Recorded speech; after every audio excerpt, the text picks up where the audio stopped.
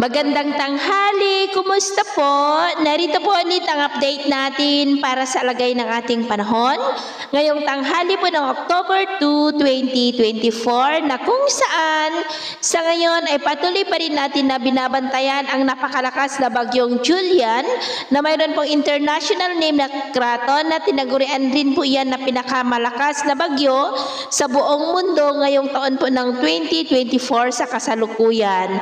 Nasa labas po ito ngayon ng ating area of responsibility pero nagbabanta ulit na papasok dito po sa ating PAR sa susunod na mga oras pabalik dito po sa loob pero kikilos naman po yan pataas at nagbabanta na mag-landfall mamayang gabi hanggang bukas po dyan sa may southern Taiwan.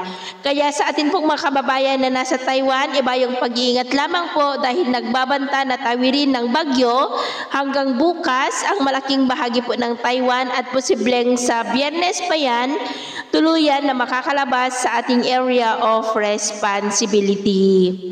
Sa ngayon po ay bahagya ng humina ang bagyo pero nananatili pa rin na napakalakas ito, nasa super typhoon category pa rin, nataglay ang lakas ng hangin na maabot po sa 185 kilometers per hour habang nasa layo po ng 290 kilometer northwest ng Itbayat, Batanes.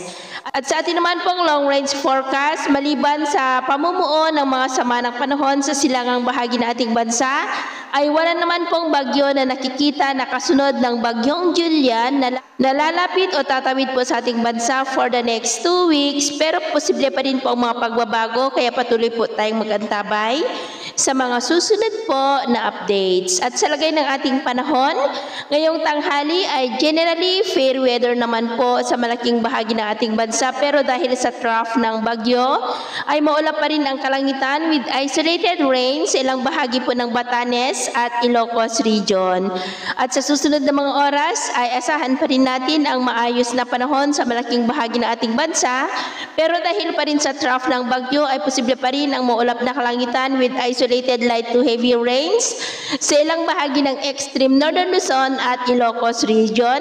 At maulap ang kalangitan with isolated rains rin sa ilang bahagi po ng Mindoro provinces, Legazpi, maging po sa ilang bahagi ng Palawan, Aklan, Samar, Basilan, Zamboanga Peninsula, at ilang bahagi ng Northern Mindanao, Davao, at ilang bahagi ng Sorsogon. Kaya mag-ingat pa rin po tayo sa mga banta pa rin ng mga pagbaha at pagguho ng lupa. At sa atin naman pong mga baybayin, iwasan na muna natin ang papalaot po sa mga baybayin ng mga isla ng extreme Northern Luzon at Northern Seaboard ng Cagayan, maging po sa seaboard ng Ilocos Norte at Ilocos Sur dahil ang mga alon po dyan ay posibleng aabot pa rin po hanggang sa 3 to 6 meters height. Kaya hanggat maaari ay iwasan na po muna natin ang papalaot dyan po sa mga may kulay pula para po mas makaiwas sa mga sakunang pangkaragatan. So yun po ang latest update natin sa araw na ito.